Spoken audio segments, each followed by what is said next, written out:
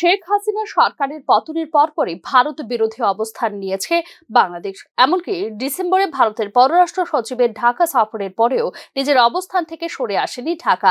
স্বাভাবিকভাবেই ভারতের জন্য ধীরে ধীরে মিনি পাকিস্তানে পরিণত হচ্ছে বাংলাদেশ বলে মনে করছেন কূটনৈতিক বিশ্লেষক মহল। বিশৃঙ্খলা ও অস্থিতিশীলতার দিকে এগিয়ে যাওয়া বাংলাদেশের অন্তর্বর্তী সরকারের সাথে গভীর সম্পর্ক না রাখার পথেই হাঁটছে ভারত। সর্বশেষ ডিসেম্বর মাসে ভারতের পররাষ্ট্র সচিবের ঢাকা সফরের ফলাফলের উপর ভিত্তি করে ভারতের এই সিদ্ধান্ত বলে মনে করছেন কূটনৈতিক বিশ্লেষক মহল। বিশেষ করে পাকিস্তানের সঙ্গে বাংলাদেশের নৈকট্য বৃদ্ধি পাবার কারণে বাংলাদেশে একটি মিনি পাকিস্তানে পরিণত হতে চলছে বলে আশঙ্কা প্রকাশ করছেন কূটনৈতিক বিশেষজ্ঞরা। ভারতের পররাষ্ট্র সচিবের ঢাকা সফরের কয়েকদিনের মধ্যেই বাংলাদেশের পররাষ্ট্রমন্ত্রী বা পররাষ্ট্র উপদেষ্টা বাংলাদেশের সাবেক প্রধানমন্ত্রী শেখ হাসিনার প্রত্যর্পণের জন্য আনুষ্ঠানিকভাবে দাবি জানান ভারতের কাছে। এর থেকেই প্রমাণিত হয় ভারত বিরোধী অবস্থান থেকে এক চুল সরে আসবে না বাংলাদেশের অন্তর্বর্তী সরকার বলে মনে করছেন কূটনৈতিক বিশেষজ্ঞরা। এদিকে চরম অস্থির রাজনৈতিক পরিস্থিতির সুযোগে বেশ কিছু সংস্কার করে নিতে চাইছে মোহাম্মদ ইউনূসের নেতৃত্বাধীন অন্তর্বর্তী সরকার। 2025 সালের শেষের দিকে বা 2026 সালের শুরুর দিকে দেশে অনুষ্ঠিত হতে পারে নির্বাচন বলে আনুষ্ঠানিক ঘোষণা দিয়েছেন মোহাম্মদ ইউনূস। অপরদিকে ভোট দেওয়ার বয়স 18 থেকে 17 বছর করার নির্দেশ দিয়েছেন অন্তর্বর্তী সরকার প্রধান মোহাম্মদ ইউনূস।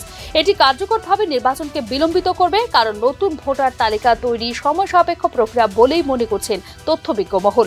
ছাত্র আন্দোলনের সাথে জড়িত যুবকদের তাদের নিজস্ব রাজনৈতিক দল চালু করার জন্য যথেষ্ট সময় দিতেই ইউনূস সরকারের পরিকল্পনা বলে মনে করছেন তথ্যবিজ্ঞরা।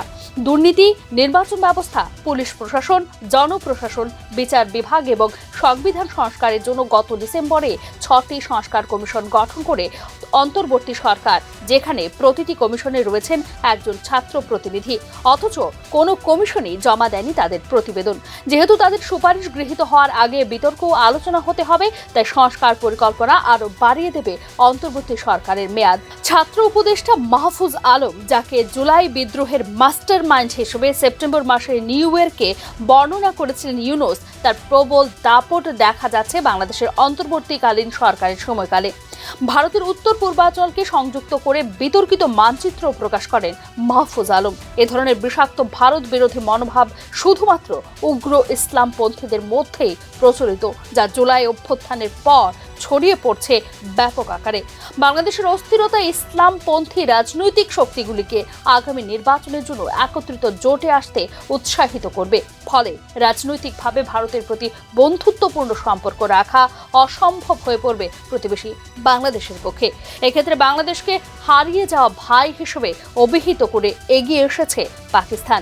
বাংলাদেশের বিমান বাহিনীর সাথে যৌথ বিমান মহড়া, পাকিস্তান সেনাবাহিনী ও বাংলাদেশ সেনাবাহিনীর মধ্যে ময়মনসিংহ সেনানিবাসে প্রশিক্ষণ কার্যক্রম, পাকিস্তানের জন্য ভিসা ফ্রি এবং মেডিকেল ট্যুরিজমকে উৎসাহিত করার মধ্য দিয়ে ইসলামিক জঙ্গি গোষ্ঠীকে অবাধে বাংলাদেশে প্রবেশের সুযোগ করে দিয়ে পাকিস্তানের সঙ্গে নৈকট্য বৃদ্ধি করেছে বাংলাদেশের অন্তর্বর্তীকালীন মোহাম্মদ ইউনূস সরকার।